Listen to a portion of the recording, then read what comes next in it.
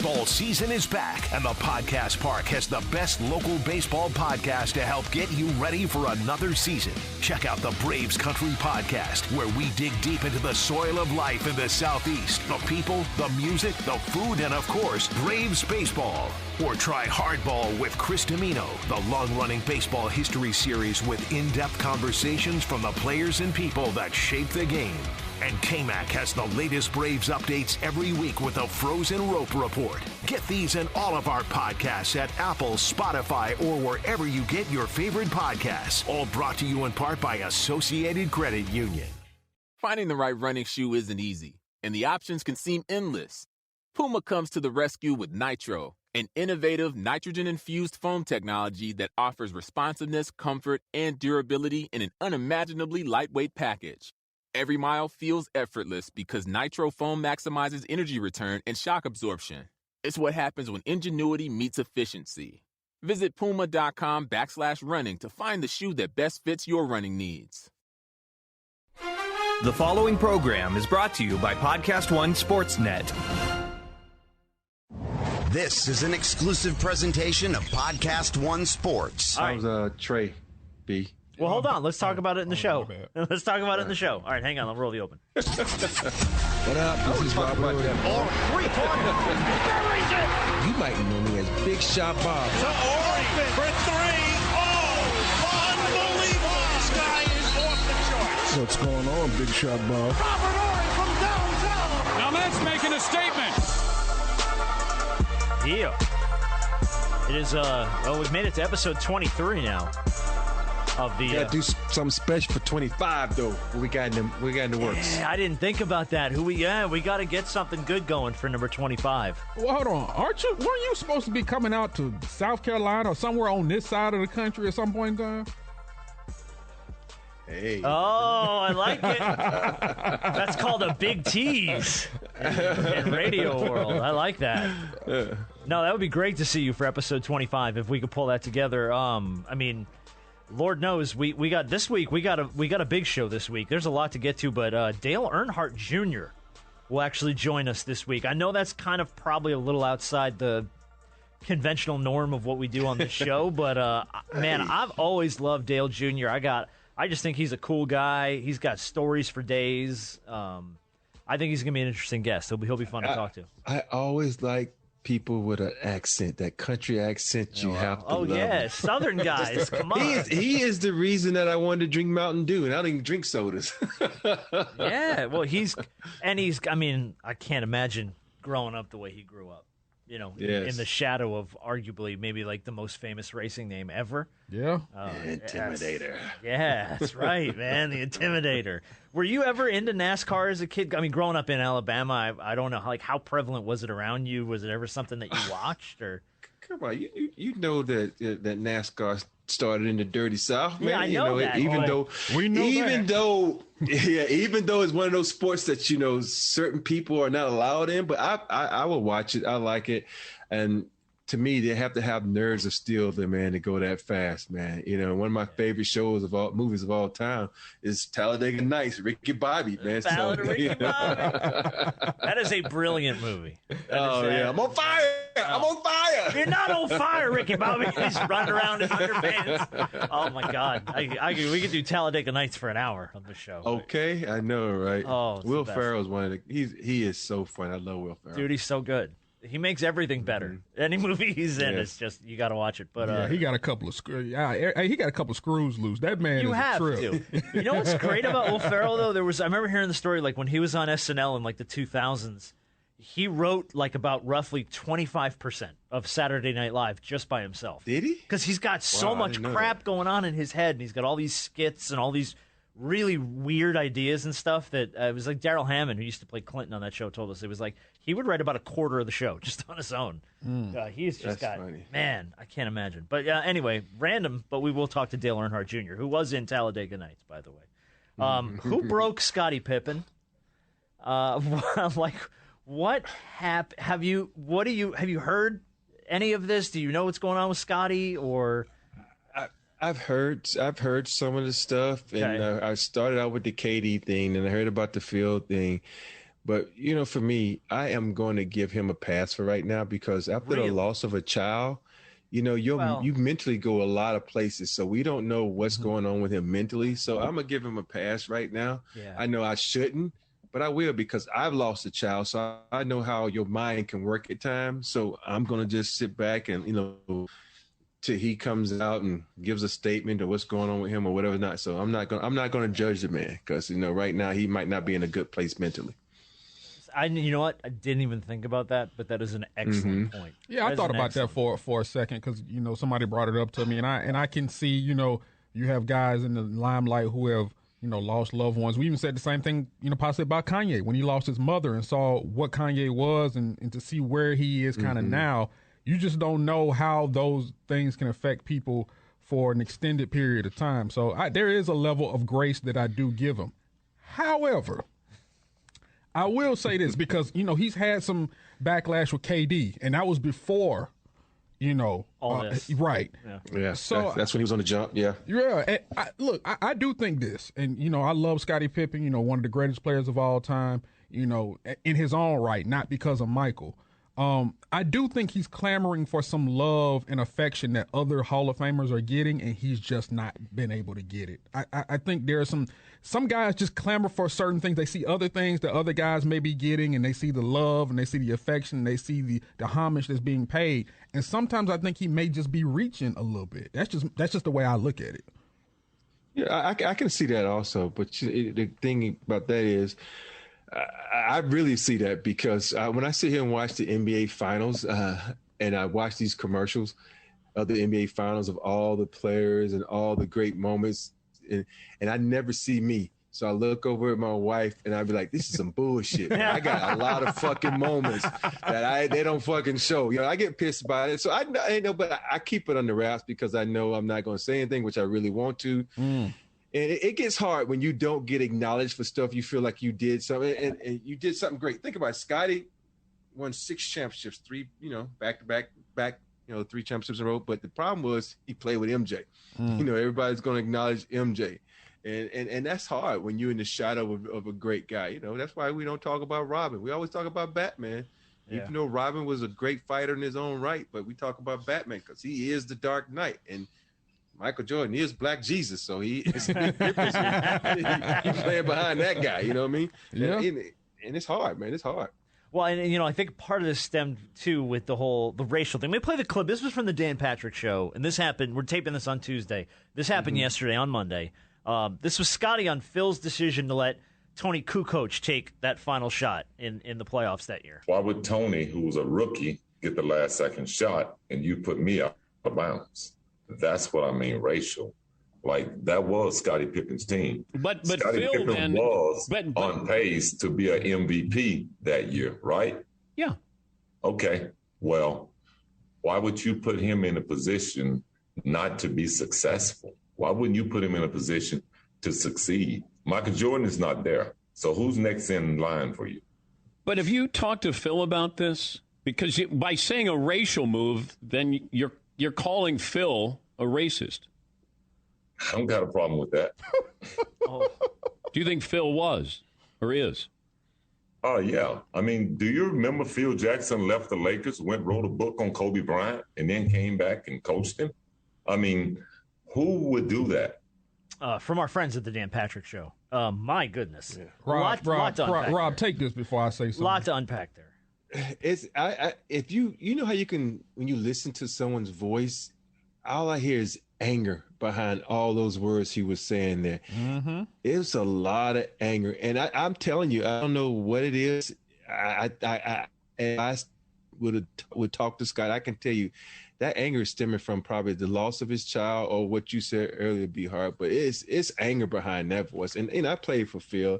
I don't think Phil is racist. He said some stuff before that kind of, I had to check him on it, but for me, I don't think he's racist. I just think, when you get in a situation like that, you brotherhood, we've said some things that could cross the line before that we look back like, oh shit, I couldn't say that around people that ain't my boys. You can't, and that's everybody is. No, it's not a person alive that can't say they said something racist when they're around their people and someone they're comfortable with. So it's just hard. Before we move on from that, is there anything specific that you ever remember Phil saying that you were like, eh? Because you said you had to check him a couple times, so I don't know if anything stood out. It was one, and I've talked about this before, and we were in a huddle, and Phil was like, you need to know the sound of your master's voice. And I looked at him. I was like, whoa. We don't do that. I'm from the South. And B. Shaw said something, and I said something. And he was like, no, I don't mean like that. I don't mean like that. I mean like, and he explained it, but I said, dude, that's too close. That's too close. Whoa. And I knew what he was trying to come across as saying, because in the arenas, you need to understand and hear the person that's trying to lead you. You need, and I understand. I said, but there's certain words you can use. And I'm like, we ain't that close yet. Yeah, I only been knowing you for 2 years. We ain't that close yet. So yeah, like coach, leader. Yeah. And I don't think, I don't think Phil is racist at all. I don't. And you forget, I'm from the South, and I know some racist motherfuckers. Oh no, yeah. If you grew up in the South, you know. You know. Yeah. You know that vibe. You get that feel. You can just walk by someone and say, look at him. Oh, I smell racist. Yeah.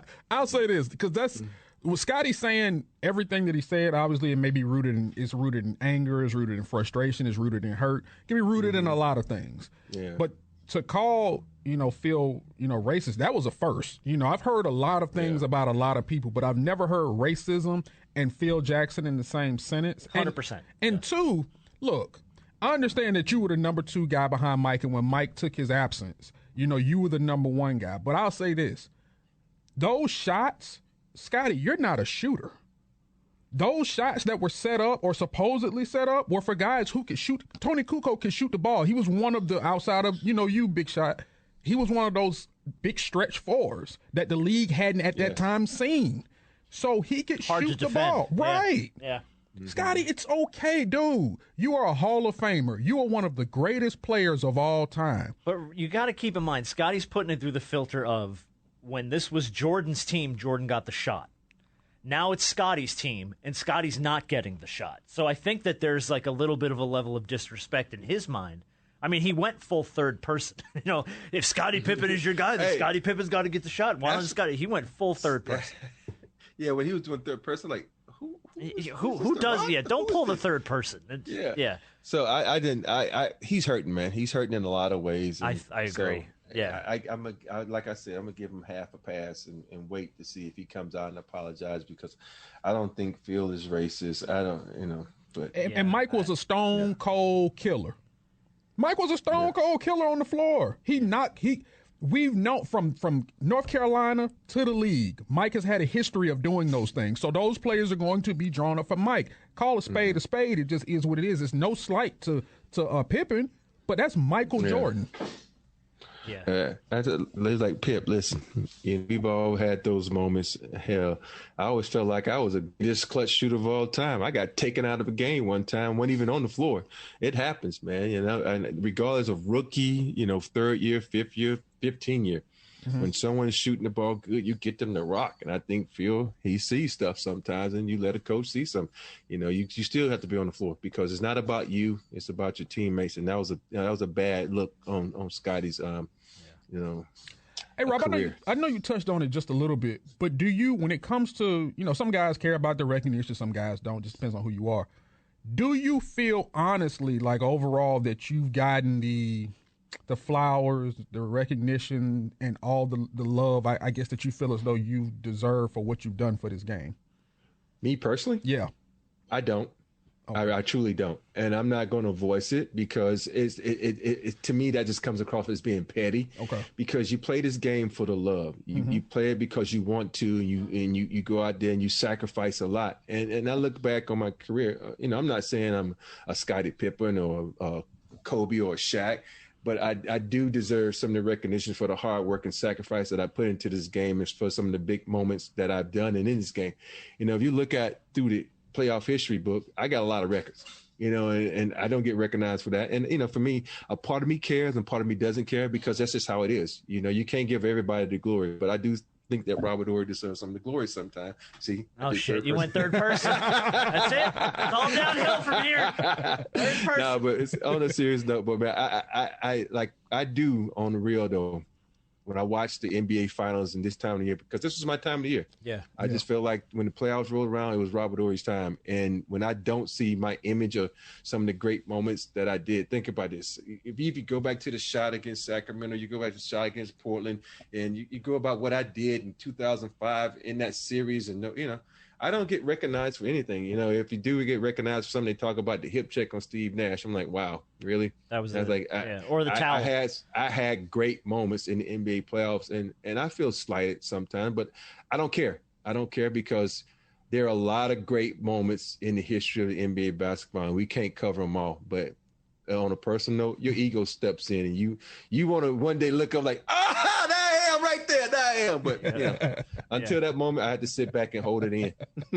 But that must be nice to go back to Alabama and see your giant ass mural on the wall up at Alabama. That's got to be, your ego has to get a little bit of feeding off of that, right? Of course, man. That one does, because that was my state, my school, my college. So I'm just mad I'm not in college now where I can make money off my name. Why? I know. That's another thing now. So now it's So another kind of random thing I want to ask, or kind of random but not. I know 2 weeks ago was the anniversary of the OJ Bronco riding down the interstate. And you all were in the finals versus the Knicks. Oh, that's right. And I've always wanted to ask, when you look at Bob Costas and he's going back and forth between coverage of the game and then coverage of the actual Bronco, while you're on this court, did you kind of understand? Did you know what was going on? Yeah. What was your mind? Let me just say this first. My mom is still mad because they cut the game and went to the chase. I watched that. They put the NBA Finals in the little box in the corner, and the whole screen was the OJ chase. It was weird because we went in at halftime, and back then you had the VCR and the TV sitting up there, and that's how you on the cart. So so you walk in and you're like, what the hell? Everybody knew OJ drove a white Bronco, right? So is that OJ's Bronco? Look at all the damn cops. And we're all standing around the TV looking, and then Rudy T comes in like, get your fucking minds focused. We got a game to win. So, Coach. He cut it off, and we didn't think anything else out of it. Afterwards, we got the news about it, but it was so funny that at halftime we was grabbing. I mean, the TV had to be no bigger than the 10-inch. Yeah. And we were always hanging around like, hey, that's OJ. So maybe we never knew till after the game what really happened. Maybe we'll reach out and see if we can get him on the show. Who, OJ? OJ, yeah. Okay. Would you talk to OJ if we had him on? Oh, hell yeah. Okay. Who would want to talk to him? Because there are a lot of people who take the moral high road of that man killed his ex-wife and another person, and it's like maybe that happened, but you still can have a conversation. They said the same thing about Ray Lewis, and he got a podcast. Oh, yeah, I was going to say he's on everything now. Yeah. That man got a job. All right, well, before we started... In Atlanta. Yes, I know. Trust me, we know. Before we started, I cut you off at the start of the show because you wanted to ask Harper about Trey, like right out of the gate. I'm like, wait, let's start the show. What do we know about Trey? Well, Trey, from the reports, has a bone bruise. There's no structural damage to the ligaments, but he does have a bruise on, I believe, 2 bones in his ankle or his foot. He's in some pain. And I know he put on his Instagram story yesterday, so frustrating with a sad face. So if there's any indication of what things could look like tonight, obviously there's only a day between, last game and this one today. And I don't know how much, I know he's probably been getting around-the-clock treatment, but when it comes to bone bruises and when it comes to ankles and of that nature, that's nothing to play with, and that pain can linger. So I think he's going to play. He's going to fight through. Now, what he's going to look like and how long he plays, we'll see tonight, but it's not good. It's not ideal. I look at certain guys, and I remember when Kobe, when he sprained his ankle in the finals when your boy Jalen Rose stuck his foot under Kobe's foot on purpose. Your boy. I remember that. Your boy, because you love his cut, so I had to put that out there. Everybody in the nation love his barber, forever man. your boy. Shout out to Jalen's barber, man. Yeah. So and to think about, I worry about the Hawks. When you depend on one guy so much, and you have not a second fiddle, so to say. And if you think about it, Trae Young is the one guy. I know Collins is that probably their second fiddle or whatnot, or a big shot. He want to call himself Big Shot Bob now. But it's going to be tough for them to win it because when you have that one shot, that one horse, and you don't, it's gonna be hard, man. So I hope he plays. I hope he can get shot up or whatever he needs to do to get out there and play. But if he doesn't play, they might get beat by 40. Oh Lord! Well, he played and they got beat by 30 in game 2. So we're taping this Tuesday. Obviously, by the time the show comes out, we'll have known whether or not this happened or not. But I mean, it's sad because they had a perfect opportunity to do something special. Yeah, and they've already done something special. They're not dead yet. Yeah, they still do. But you're if Trey don't play, they dead, dude. They dead in the water. Well, dead man walking. I will tell you that guys like Lou Williams deserve some credit too for what Lou Wills brought to that team off the bench and in big moments when Trey's been out and they've needed him in big spots. Lou Will has done exceptionally well. Walking the mile. That's what the Hawks are. I guarantee you State Farm Arena will be rocking tonight. From the north, south, east, and west, you'll be able to feel it under your feet because it's the epicenter of Atlanta tonight, baby. It's going to be crazy. Do you think are we ready to buy the Suns hype yet? Or are we? Of course. I remember early in the year you weren't huge on the Suns, Rob. You were just like, I don't know if I'm buying the Suns hype yet. Well, I'm not buying the Suns hype. I'm not right now. And I'm not.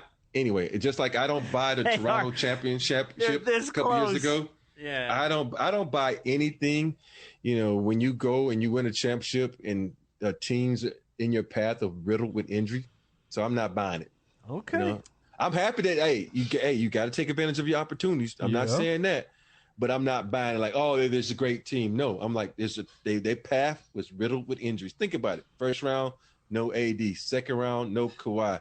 No third round, no Kawhi. Yeah. Second round, no Murray. So think about it. They had the path of least resistance. So I'm not buying it. They can win a championship. I'll applaud them, say thank you, CP3, for your services and what you've done for NBA basketball. But I'm not buying it.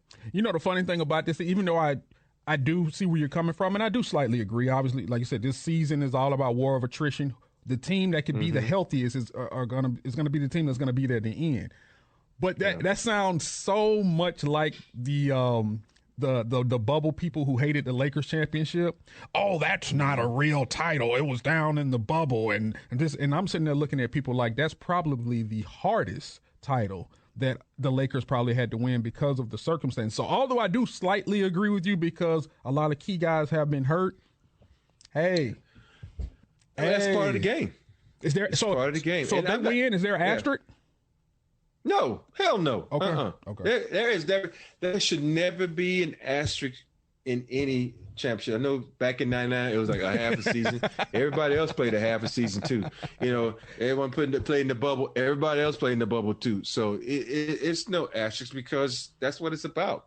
Who can stay healthy all year, who can stay mentally focused, and who can have a little luck on their side. And think about it. The Suns have had a lot of luck on their side. You know who thinks 99 has an asterisk by it? You want me to tell you who?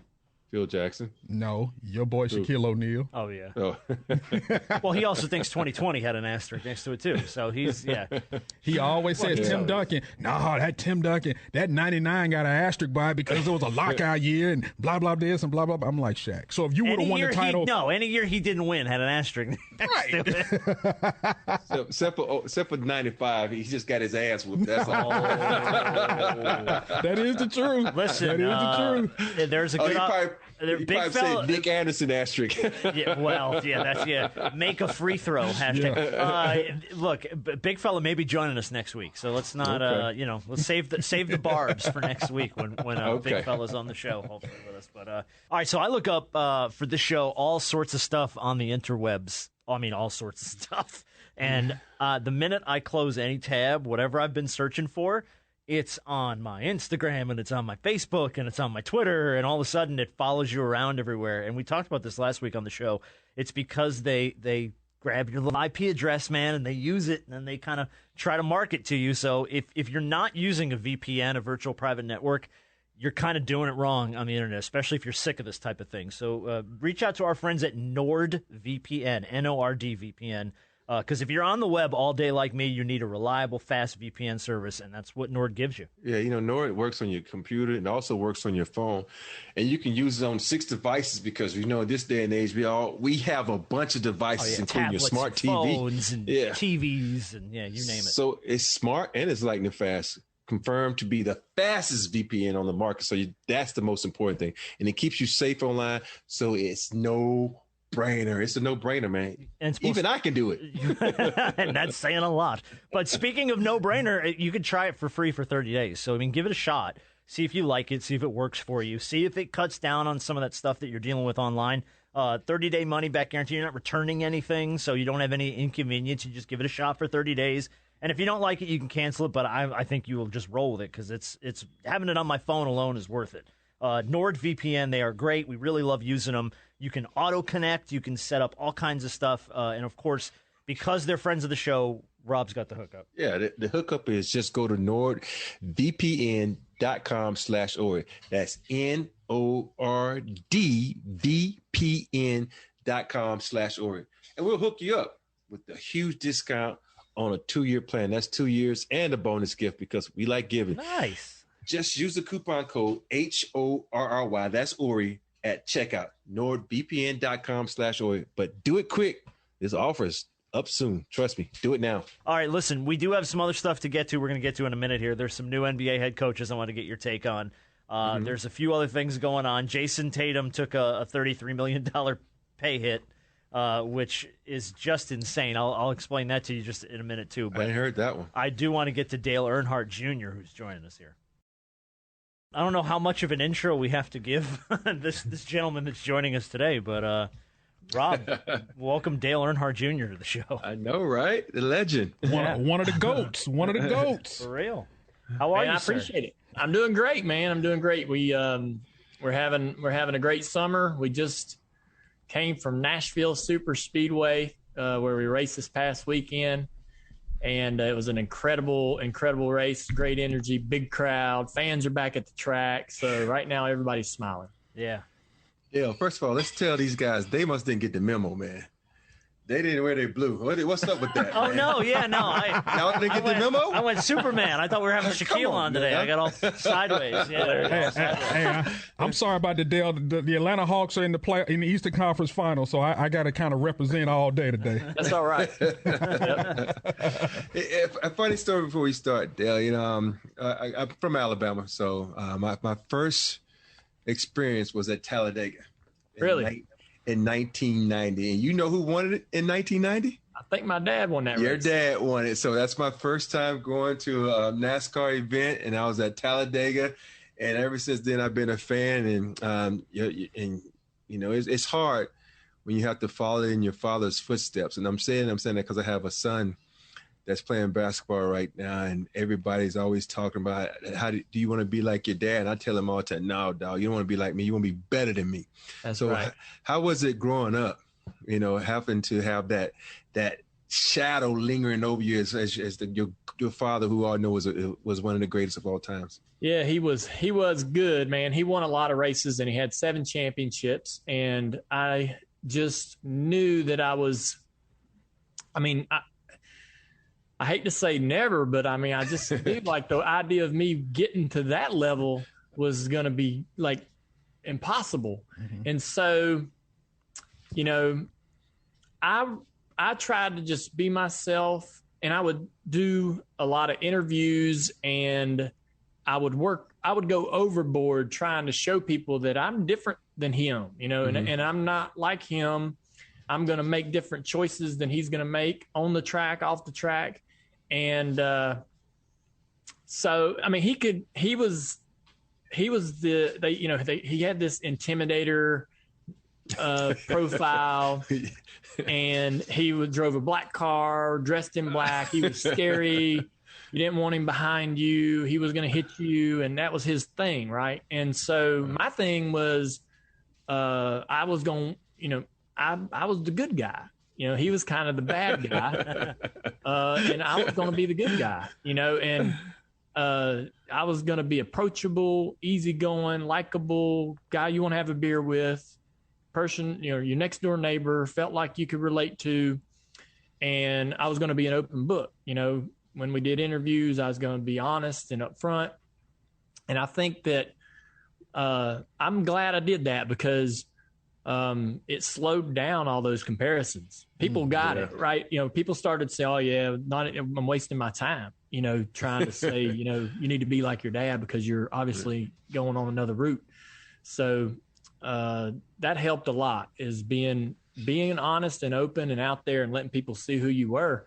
They go, okay, he's not going to be this copy of his father or another version of his dad. He's going to be his own self. Yeah. I mean, that's kind of what's so cool about the show you're doing. Lost Speedways Season 2 comes out this summer. And if you haven't seen Lost Speedways on Peacock, what a great show. I mean, just a chance to kind of dive into the history of racing and check out these tracks and stuff that are kind of abandoned and kind of left behind, and the history of them and the races there and stuff. What are some of the cooler tracks in Season 2 that you guys get to go check out? One of the cool ones is Texas World Speedway. It's in College Station, Texas. And this track closed in the early 80s. There wasn't a bunch of, it wasn't a big, there wasn't a lot of folks living there at the time. Not enough to support that type of a facility. And so the track suffered in attendance and numbers and couldn't make it, financially didn't make it. And so it closes around 1981, 1982. At least it lost its cup races, and that it needed those to survive. 2 years later, the sport exploded. We got network TV deals with ESPN, TNN, all these other players, and our business boomed. And if the track could have just made it a couple more years, we would still be racing there today. I think that's interesting to me, is just how close that place came to making it. Yeah. It came so close. And it's this 2-mile track sitting in the middle of nowhere, and it's massive. And all the other Lost Speedways we go to are half-mile, small little places. You can find them in the woods or over in this field. They're not big. They don't take up a bunch of space. This thing is giant. Yeah. And you can hardly see from one end to the other. And they've already started developing the property. So they've basically cut half of this track and wiped it off of the surface. You can't even tell it was there. There's nothing left. And then, so there's like half of this giant space is this perfectly manicured, brand new grass ready for development. And then the other half is this giant, old, aging, dilapidated, giant super speedway. The optics of that is insane. And so that's the selfish part for me, is that I get to go and look at these places for the first time and see them and talk about them.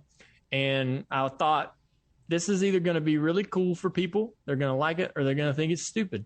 But luckily, everybody seems to like it. People are into abandoned stuff. They're into abandoned amusement parks, buildings, high schools, malls. Malls. That's a big one. Yeah. They're exploring these old abandoned mansions and all kinds of stuff. So the people are into that stuff, and they don't even know it, And so there's an audience out there beyond just racing, right? Beyond just the race fan.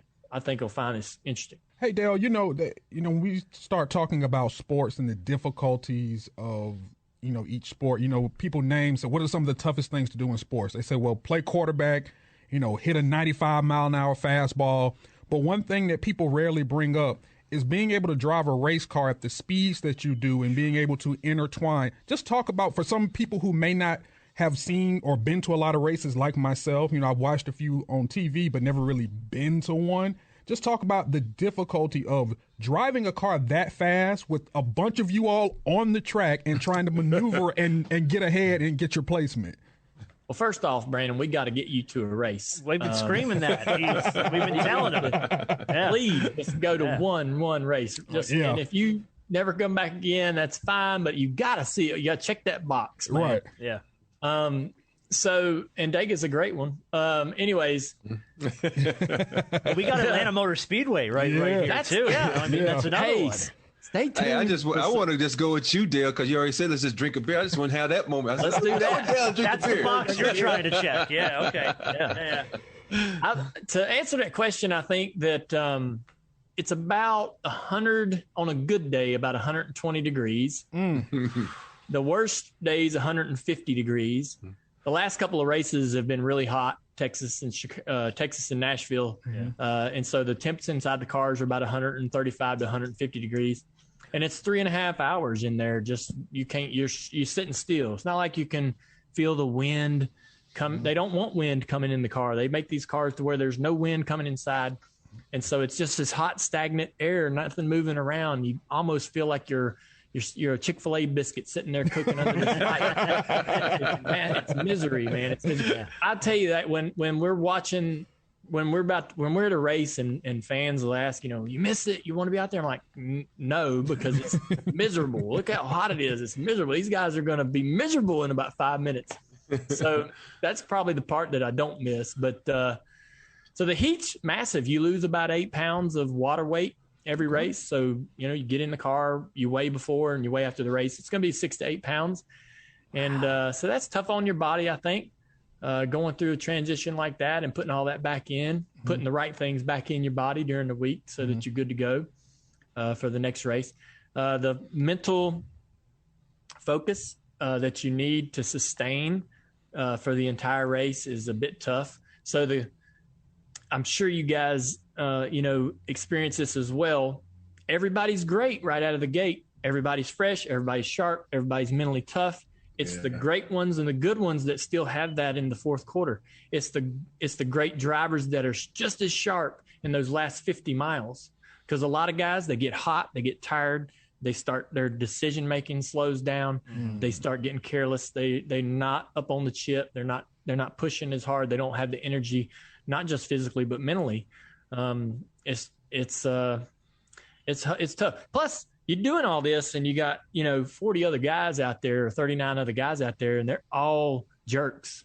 Right? Nobody is doing you any favors, right? It's like trying to get boxed out by everybody on the court. Right? Well, and Rob drives in LA traffic, so he's well aware of what it's like. It's weird that I tell people all the time. You know how sometimes they say, okay, NASCAR it's the easiest sport. Like, bullshit. I said, think about it. I got to go pee every 10 damn minutes. So I'm like, you drive out in the car for 3 hours, you got to pee. I'm like, oh shit, I lose my concentration. But the thing is like when you talk about having to have that nerves of steel and concentrate in the fourth quarter, and as you get older, that concentration kind of fades because you have kids, you have a wife. So how did you know it was time to let it go? For me, I just didn't have the same focus and the energy and the drive. So how did you know when it was time to say, you know what, I got to retire and just go be a family man, start a new chapter in my life? That's exactly what I did. I went and started a family. So I wonder if if there was somebody younger on your team that had that drive that you had, and you looked at them and said, it's time for me to move out of his way. Did you have that? No. My backup was Matt, and he was like, dude, you're not my good. I just for me, it wasn't the season, it was the off season, because you have to get up to go lift weights, you have to go play basketball, then you have to go do your skill work. And for me, I just didn't have that drive anymore to try to get better. I said, I'm 36 years old. I can't get no better than this, and it's just time to go. So there was nobody behind me or in front of me that I looked at like, oh, this dude's going to get my minutes. So I just on my own said, it's time for me to go. I had a guy that was racing. His name's Mike. Hey, see, now you know. I'm the same. I was the same way. This is the clue that it's time. It must be the blue shirts today. No. Sorry, I don't know why I couldn't think of his name. Alex Bowman. I mean, I groomed this guy. Alex is gonna call you up now. Yo, man, you can get me like that. He is. He's gonna call. So I was wanting to say William Byron for some reason, but I've helped a lot of guys kind of up the ladder. But Alex Bowman was behind me and he was next in line to take my ride. And if I didn't sort of get out of the way then, his opportunity wasn't going to happen. And he had more drive, more determination, more fire. He was younger and he was ready. And I was over the hill. I mean, I wasn't my best version anymore. You know what I'm saying? My best days were behind me. And so I could have probably been selfish and stuck it out another year or two, but I'm sitting there thinking, man, I got everything out of this I ever wanted. I'm newly married, and I do want to be a family man, and I want to be there at home. I don't want to be off racing and traveling. And this guy's time is now or never behind me, Alex. So, and I had been working with him for about a decade, sort of positioning him into that role. So it was working as designed, whether I was 100% behind it or not. You know, I was about 90% good with the decision to retire, and I still miss it a little bit. But I mean, no denying I had injuries, head injuries, concussions, all those things. I was going to the well too many times. I was playing with fire when it comes to my head injuries. And I certainly didn't want to have to go through another year, another 6 months of rehabilitation after a crash while I got a 1-year-old or a 2-year-old. Trying to be present for my wife and my kids at home. I mean, it was time to put it was time to put other people first. I'd been doing what I wanted to do all my life. So what are some things, you speak about fatherhood, what are some things that, your father taught you that you want to pass down to your kids? My dad quit high school in the 8th grade at 16 years old. He'd failed like 4th grade, failed grades that, nobody's failing. And he just didn't apply himself. He disappointed his father when he quit. And he was, so when I'm going to school, my dad was like, please just finish school. And he's like, if you want to do more beyond high school and with your education, you'll get more from me. You'll get all the support in the world, whether it's racing or whatever it is you want to do, as long as you continue to apply yourself and better yourself. And so, those are the things that were important to him. We never talked about racing. We never sat down, and he never said, this is how you drive this track or this is how you deal with it. We never did any of that. I don't know why. He wasn't really hands-on like that. But so when I got my driver's license at 16 years old, he took me to the insurance agent to get our insurance. And I'm like, what are we doing? Like, what am I doing at the insurance agent? He's like, you need to know what car insurance is and why you have it. And like, he wanted you to know the little principles in life. And so I don't know if I'll be as good as he was at teaching that value of things, the things you take for granted. But I hope that, I hope my girls take their education seriously. I hope that they put their best effort into their education, and because that could take them a lot of places. And as long as they're willing to really put the time into that, I'm going to be happy to help them wherever they're wanting to go. And I also don't want them I want them to know the value of $1. I don't want them to think that everything just comes falling out of the sky whenever they need something. I want them to, to appreciate what they have. And that's, my dad I had a S10 pickup truck, single cab Tahoe package, like a very bottom end, but it was a good truck. That was my first vehicle.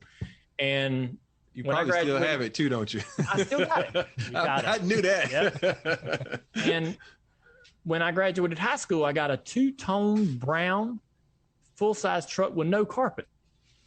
And I'm like, goodness. And all my friends, are driving these nice cars. I'm like, Dad, no wonder I ain't popular.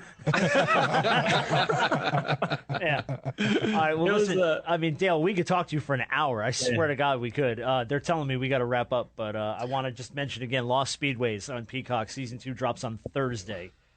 Please go check out the show. And I'm gonna get to a race, Dale. I promise you. Come see us. Come see us, Brandon. We will get him. Dale, before you go, it's the NBA playoffs, and we always talk about, around this time of the season, who's your Mount Rushmore players, and we get asked this question all the time. So I have to ask you because, we probably won't have you on for a while now.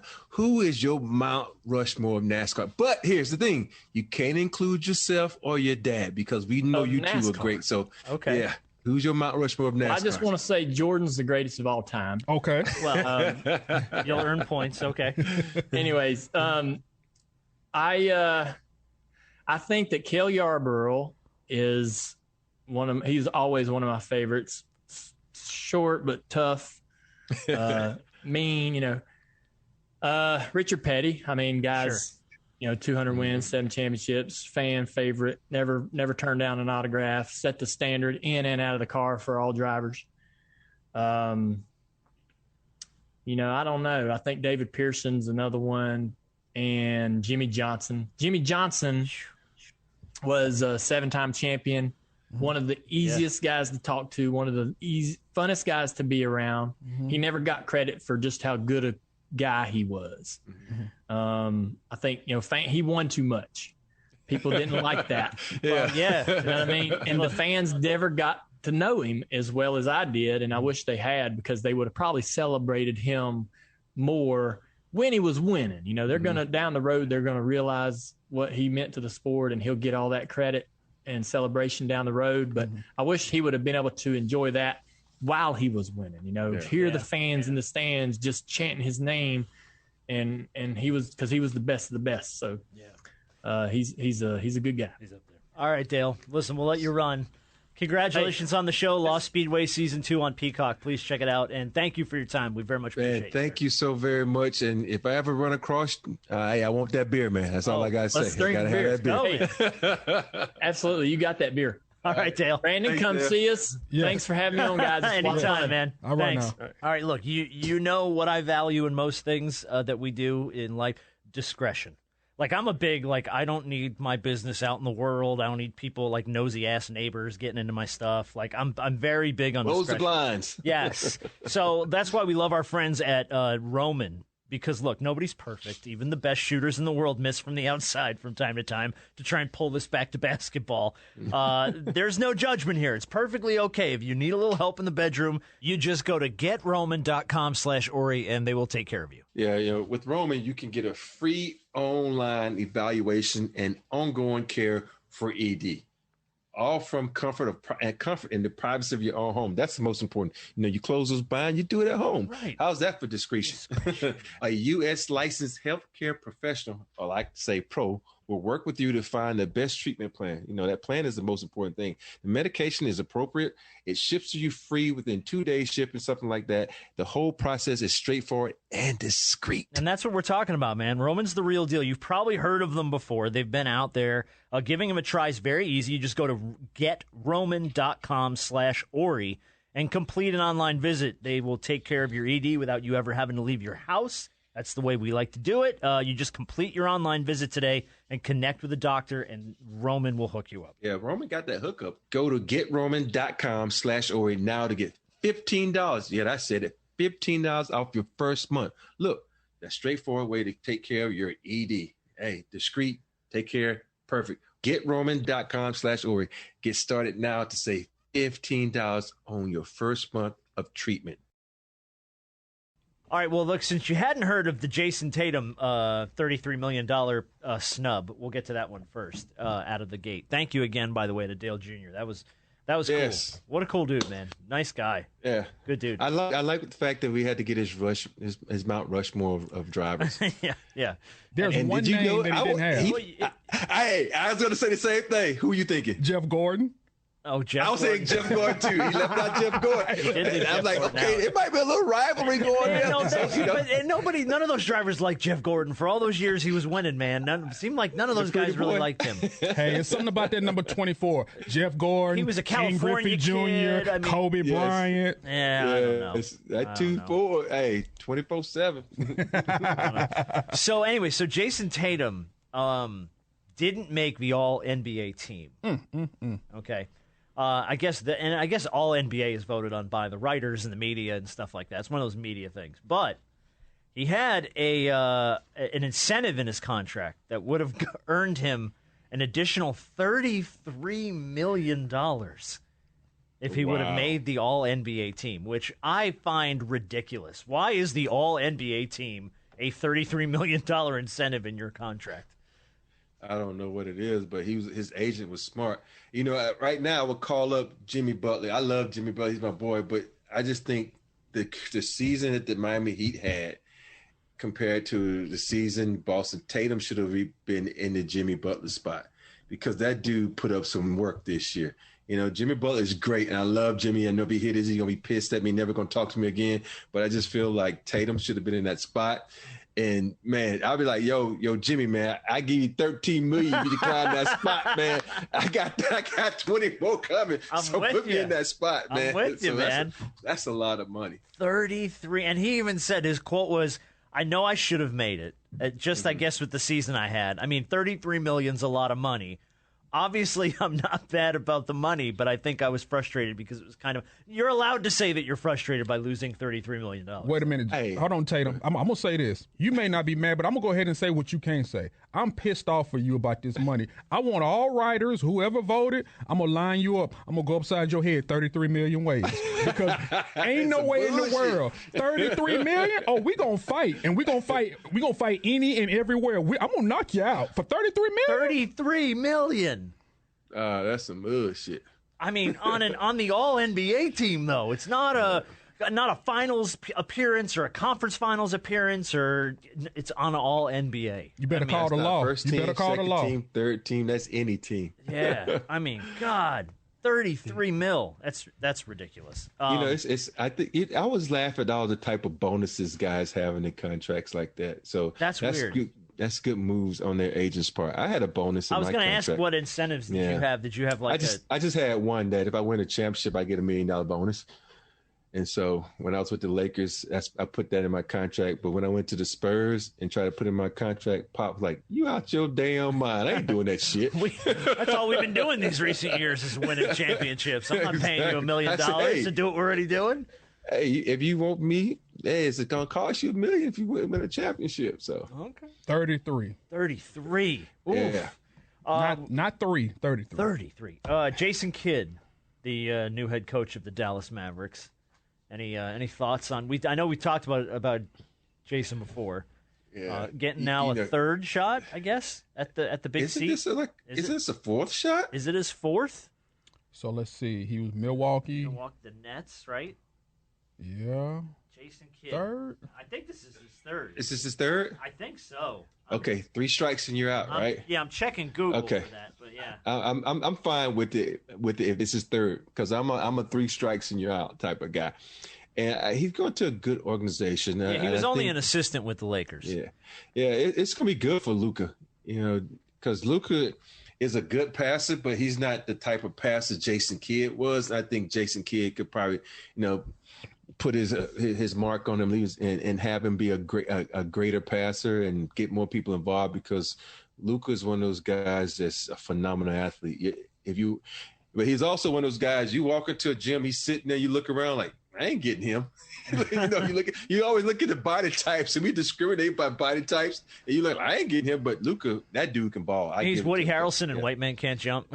Exactly. I got to play with him. All right. He got a nice little hefty contract that they're gonna have to discuss because that $29-30 million a year contract that Porzingis has. Yeah, we got to bring him to the carpet because some got to give. Somebody got to take that contract because I don't know that cash straps you. That's a big contract that could be. That's eating up a lot of space, and you can divvy up that money in many different ways. Something got to happen. Yeah, Cuban don't care about that. Man, he got money out the yin yang. Well, send me some money then. Yeah. Mark needs to share then. Well, I mean, there is too. The other part of that is there's a lot of, and I take this for what it's worth, but there's a lot of reported that the two of them don't really get along that well. That Porzingis and Luka don't really see eye to eye. Oh yeah, I heard that. Now again, that's a take it for what it's worth sort of thing, but. Hey, don't we hear that about every superstar? Two superstars on the team? It seems like Shaq, it, right? Kobe, yeah, Shaq and Kobe. Michael, Scottie. And... Dream, Robert Horry. Oh, this is how it was. There was I never heard that before once. Lion-ass liar. I'm kidding, man. I never heard that. Yeah, the report was Porzingis didn't feel like it was a 1-2 tandem. He felt as though he was like Luka's, like another player or another just little option on the team. But I'm sitting here like, bro, you averaged 7, 8, 9 points in a couple of series, and you weren't healthy most of the time. Come on, dude. You can't sit up here and tell me you don't feel like a co-star, but you're not available. Man, get out of here with that. Yeah, I think he's going to have to, take a step back to go forward and get his body right. Because I think what happened with him, think about it, he came into the Knicks, the Mecca. You know how you get when you get the Knicks, all of a sudden you have a couple of good years, you're blown up even more than you should be. They put a crown so he on your thought head. he was a man Yeah. in New York getting buckets, and he gave him a name like the Unicorn. Now he's like, okay, I'm still a unicorn. Like, no, you're not, dude. No, you're not that person. You're just a plain ass horse. That's all you are. Your ass back in the field, you plain ass horse. Yeah, and to think, ain't no unicorn. He was supposed to be the missing piece because remember last year in the bubble they didn't have, and they were saying, "Well, we had Porzingis, we would have done this and that." Okay, you got him this year, and it's kind of like, dang, what happened? He still ain't do this and that or that. Yeah. And Chauncey Billups, the new head coach of the Portland Trailblazers, which I think we kind of thought might happen. Yes. But yes. What do you think about Chauncey as a coach? I'm gonna like this. I've talked to Chauncey a couple of times. We share a common, really close friend, Roy Rogers, also on the bench of the Clippers, and we were in Roy's wedding, and we had a chance to get to know each other from that moment. And if you watch Chauncey throughout his career, general on the floor, and then you watch him in his broadcast, you can tell he's very knowledgeable of the game, and he wants to be successful. So I'm excited for him. He has he's going to have an uphill battle because if they don't win this year, Dame going out of there. Yeah. And so they're missing something. They got dynamic guards. You're bringing in another guard as a former player, as a coach. So they're going to be exciting regardless. So I hope he does well because I'm a fan of Chauncey's, the fake big shot. Yes, I am. Yeah, I'm looking forward to The fake big shot. He had to throw that in there. Wow. He had to throw that. Hey, Ty Lue say I'm the real big shot, man. So, Hey, Jenners. Yeah, man. That's that recognition thing I was talking about. That's his That's ego. that recognition thing I'm talking about right there. Man saying he's big shot. But yeah, I'm proud of Chauncey. I'm proud that he gets this opportunity. Hear nothing but good things about him around the league, of how he's a teacher, how he's helped a lot of guys, helped mold a lot of guys' careers and things like. So it's only right that a guy, he's a champion. He has a nickname behind the nickname of the guy that we're on Zoom with right now. It just makes sense. And so I'm happy for him, and congratulations, Chauncey. He was always a really good defensive player, too. So I want to see him maybe try and get with those guys. And, I don't think offensively that team's going to have much of an issue. They usually don't. But, man, let's buckle down defensively, y'all. Yeah. See what he does with them. But I'm also happy that these guys are getting their shot. They're getting a chance to go out and do something. Yeah. Especially Chauncey. His first time it'll be his first time as a head coach, second time coaching in the league, period. So let's see what he can do. Yeah. And you know who the Magic are looking at? You know what name has come to the surface? Who? Penny Hardaway. Okay. He's been coaching somewhere, though. He's in Memphis. He's in Memphis. That's right. Yeah, that's Memphis. Yeah. But that name came up as a potential serious candidate for that head coaching job. Okay. I don't think he's – Penny to me is just – you have those guys that are born and bred and they go back to their hometown. I don't think he's going to Orlando. I think he's going to stay right there in Memphis because they treat him so well there. So, but you never know, though. He might want to go to Orlando where he start his career. You hear that backing up? It's called a Brinks truck. Money talks, money yells, money screams. And if I get a chance, to go back to the NBA, my first head coaching opportunity is with my former squad. I mean, why not? That's a little sentimental thing. If it's something he wants to do. I mean, but like you said, Rob, if he's comfortable and he's home, I mean, sometimes some things take priority over money. Yeah, I'm excited. But there's two other names out there. I want, Sam Cassell is one. He's been assistant coaching for a long time. I think he should get a shot. I thought he would get that Rockets shot. But another name nobody ever talks about, but I personally know, and I know he'd be a great good head coach, is Darvin Ham. He's a real head coach of that Milwaukee Bucks team. He keeps them together. He was, he's one of those guys that should get a shot also. So, but you know what though? I'm tired of them. I just mentioned, one guard and another big. I'm so sick and tired of all these guys guards, hiring freaking guards, man. Guards Stop hiring them. Either get a small forward, because the small forwards the most knowledgeable guys on the court, man. Come on now. Are you saying that because that's the position you played, or you really believe this? No, I believe that though. Because I do. Point guards mentality are a certain way. Small forward mentalities are a different way, and so are big. So, but I look at small forwards, and I look at their ability to coach and see the floor just like a guard do. That's why you look at the Phoenix Suns. Who's coaching them? Small forward. Okay. So, but you do know this is a guards league. Well, right now it is, yeah. And that's why this league sucks right now, because it's a guards league. Guards league. Oh, you need to get back to the small forward league. Dominique, Pippen, Larry Bird, that type of league. Rob. AD. Got Petty LaBelle over here on the Zoom. Feel some type of way about the league today. Oh, I'm kidding, man. Petty Riley over here. Someone just give joking, this man man. some flowers. God in heaven. It's not a guard. I wouldn't say it's a guards league. It's a 3-point league. It's not a guards league. It's a 3-point league. It's a shooters league. Yeah, everybody's shooting at 3. You know, think about it. Middleton. He's not a really. It always still is weird to me to see Giannis shoot a 3. I'm gonna tell you why. It's just off-putting to me. I'm gonna tell you why it's a guards league. It's a guards league because you got 6'10" and 6'11" guys who have guard-like skills. And so everybody's putting the ball on the floor, everybody's initiating the offense, and then everybody is shooting. And that's also why it's brick. There's nights where you watch some of those games, and it is just, you could build a house with all those damn bricks. I mean, goodness. It's, yeah. God. It's like I was watching the Clipper game last night, and I'm sitting there and I'm talking to my son and my wife, and I'm like, the Clipper built the league when they was going to Morris in the paint.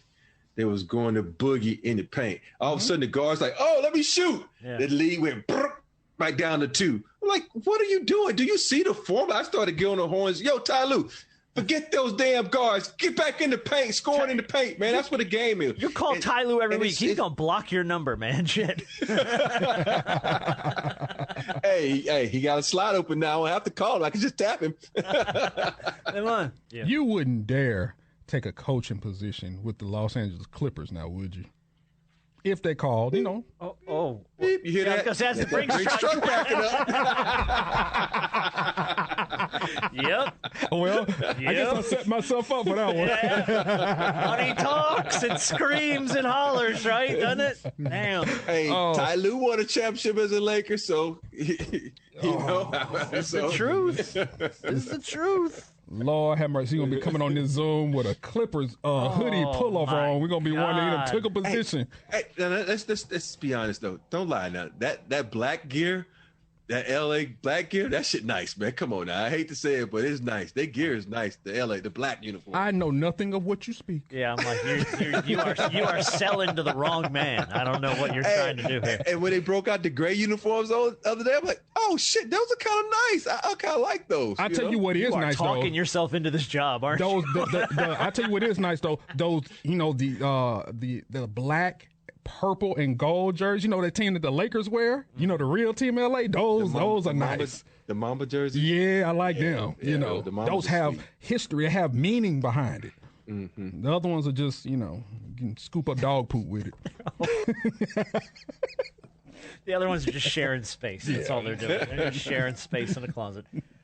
Briefly, before we get to the big shot of the week, I did want to mention the woman who wrecked the entire Tour de France. Did you happen to see any of that? Oh, yeah. Some woman out there. Yeah, I just seen the picture. My wife keeps talking about it. Oh, dude, she's like hanging herself out on the road in front of the first stage of the Tour de France with a sign. And if I know what the sign said. But she gets it said, hi, Grandma. Hi, something like Grandpa. that, yeah. And she gets in front of, I think the guy's name is, he's Tony Martin, I think was his name. He's a German rider, if I'm not mistaken. Yeah, Tony Martin. Mm-hmm. And wipes him out. And it was one of those like classic collisions of one domino goes down and the whole thing goes down. And 20, 30 people just completely wreck out the whole. And this is the first stage of the Tour de France. She wrecks out the whole thing. Well, they're trying to find this woman now to give her on criminal charges. She just straight disappeared. She vanished. She did the Homer Simpson for real. She did this, back right up in the and just left. I was never here. Funny, man. That's a wild story, though. First off, you said the first guy she hit was a German guy? Yeah, German dude. And his name is Tony. He got the most American name in the world. German man named Tony Martin. Yeah. Two, this has got to be, you go there to enjoy a race. You got a sign. Everybody got signs that go to games, races, whatever. And your sign is the sign that literally ruins the Tour de France. And now you could go from just being a fan, now you're a criminal in less than, I don't know how about 24 hours. Stupid. I don't even think she was a fan. I think she was just there to try to get on TV. Yeah. Because she brought the sign. It had nothing to do with whoever. It just, I'm going to say, hi, Mom, hi, Dad. Yeah. She's going to be on TV, all right. What was the dumbest thing you remember seeing a fan do? You remember fans doing stupid crap when you played? Not like starting fights and stuff, but did anyone try to like run out on the court or? No, I think the craziest thing that it happened to me was we were in Seattle and this really good-looking girl, hot. She came down from the stands and walked. Candace. Walked in front of the Seattle bench. This is when we were in Seattle. Walked in front of the scorer's table. Walked in front of our coaching staff. And came up to me and looked at me and stared in my face and says, so what you doing tonight? And I'm sitting like this, like, what the hell's going on? I'm like, am I on TV or something? And nobody said anything. The whole stadium is looking at her talking to me, and nobody stopped it because when you talk about legs, she had, the girl was gorgeous. Yeah. And it was so funny. And everybody's looking at me like, what's going on here? I said, I don't know. And then next thing, the security came and just escorted her away. I'm like, y'all let this woman walk all the way from the other side of the arena in front of the Seattle's bench, the scorer's table, and right here. I could have been a crazy girl. She could have just stabbed me. I'm like, I could have been taken out. Nobody stopped because she was a good-looking girl. And if your wife don't know about that story, you're going to be stabbed in a few minutes, too. So you might want to slow down. This is before her, so it does not count. Oh, no, is that right? I got news for you. She's got the scorecards, man. It always counts. It always counts. Always counts. She knows the story, though. Yeah. She knows the story. That's funny. How long did you two date after she walked up to you on the floor? Because, my goodness. I know that. Was that it? She just ran off the floor? You didn't get another date with her? Nothing? No, I didn't talk to the girl. I didn't even know who that was, man. So, no, that was the only thing that ever happened. Oh, Lord. That was great. Somebody's in trouble. I'm not in trouble. No. I can't get in trouble. No, that was just the sound of pillows hitting the couch. That's all that was. That's all that was. That's all we heard. I'm like, all right, who goes there? Well, you're buying a new house, so you're okay at the moment. You've got a little bit of leeway you can hang yourself with right now. A little bit of rope. All right, let's do the big shot of the week. We have a golden roof if it was BC before Candace, and then before Candace doesn't count. Therefore, it doesn't count. Yeah. But there's only so much of that stuff she's ever going to want to hear, though. So it's okay. You can just, She don't listen to my podcast anyway. Oh, that's right. My bad. I'm kidding. She's actually sitting right here listening now. I was going to say, P.S., I got the Candace Orey's following you. I was like, okay. We are officially on the scorecard. That's good. The big shot of the week, by the way, this week goes to, speaking of beautiful woman, a beautiful woman named Lisa Marshall. She's 54 years old. She's from Connecticut. Mm-hmm. She serves as the caretaker for her husband, Peter, who was diagnosed in his 50s with early onset Alzheimer's disease in 2018. Here's why she's getting the big shot of the week. They've been married for about 12 years. The other day, this was about a month or two ago, they were watching TV together. They were watching a scene in a movie that had a wedding, and he turned to her and said, "Would you like to get married?"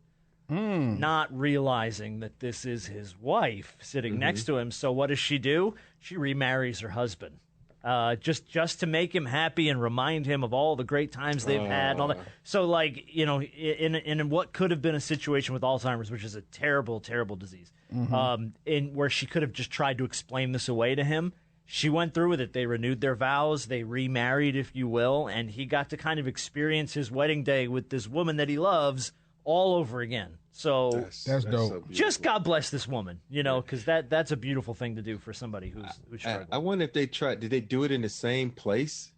I don't think so. I think it was just kind of like a backyard at home sort of thing with family and friends. But that's beautiful. Gus. He got to experience his wedding again, and if you've never known anybody that's dealing with Alzheimer's, my high school coach is going through. My goodness, yes. it is. The stories are heartbreaking. Awful.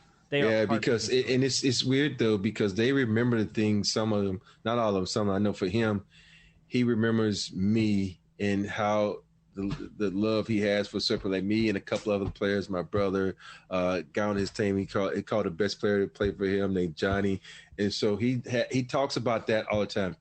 And I sat there with him. When I go home to Andalusia, Alabama, I make sure I go see him and talk to him, and we have the same conversation about 30 times while I'm there. Yeah. He asks me, how Wimp doing? He says, how your kids doing? Then it starts over again. How's Wimp doing? How's your kid? Mm-hmm. And for me, I don't even care. And his daughter kept looking at me saying, I'm sorry. I said, no, don't be sorry, because, I see the smile on his face and the joy he has in having the conversation. He could ask me that a million times. I wouldn't give a damn, because, I love the guy. The guy put me in a position to be who I am today. So I would sit there with him for hours and talk to him. So she is definitely a big shot. You love when people can do that for their loved ones. That's what's up, man. Yeah, for real. That's what's up. All right, man. Thanks for a fun week. Appreciate it. Do you know who I want to say a big shot to? Go, man. What do you got? To the New York Yankees. Did you see what they did? Lose? Yeah, they've been losing. Again? No, not for that. For what they did. There was this lady. I don't know her name. She wanted to be a bat girl or a bat person. Oh, yeah. I didn't read the story, but I saw something. You saw it. Yeah. So that right there to me is you can rectify your wrongs, so to say. So that's my little big shot. 70 years old, right? Yes. They for them to say, oh, a woman couldn't do this.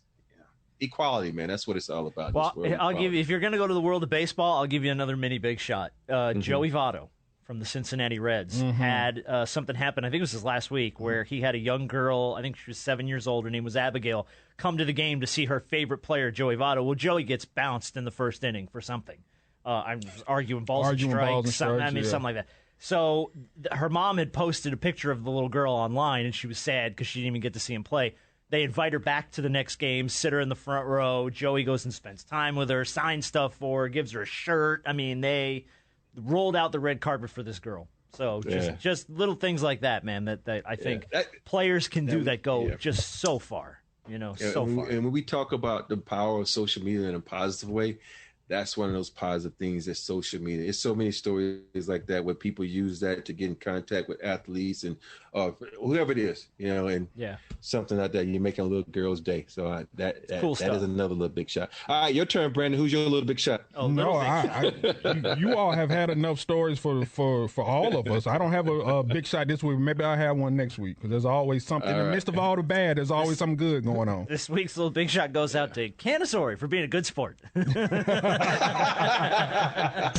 Follow the show on Twitter at Big Shot Bob Pod for links to all our guests and all sorts of fun. The Big Shot Bob Pod is a presentation of Live by Live's Podcast One and Podcast One Sportsnet. Good morning, good afternoon, and good night. And welcome to T-Pain's Nappy Boy Radio Podcast. The most fun you'll ever listen to while you're folding your clothes. Now let's get this straight. This is not your average podcast. T-Pain's Nappy Boy Radio is super fun, super crazy. It's pretty much an in-your-face conversation. That's the good thing about us. We don't do interviews. We do conversations. All of my guests, all of my co-hosts, we chill. We drink, we play games, we have the song of the week, we have the creative curse word of the week, as long as you're having fun as our guest. Speaking of guests, each week I'm going to go through my whole contact list and dive head first into the world of music, gaming, exotic cars, tech, strippers probably, doctors probably strippers that are only stripping so they can pay for tuition to become a doctor.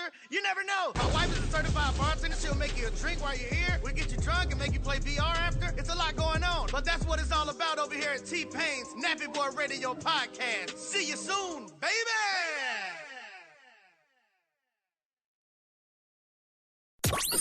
Baseball season is back, and the Podcast Park has the best local baseball podcast to help get you ready for another season. Check out the Braves Country Podcast, where we dig deep into the soil of life in the Southeast, the people, the music, the food, and of course, Braves baseball. Or try Hardball with Chris Domino, the long-running baseball history series with in-depth conversations from the players and people that shape the game. And K-Mac has the latest Braves updates every week with a Frozen Rope Report. Get these and all of our podcasts at Apple, Spotify, or wherever you get your favorite podcasts. All brought to you in part by Associated Credit Union.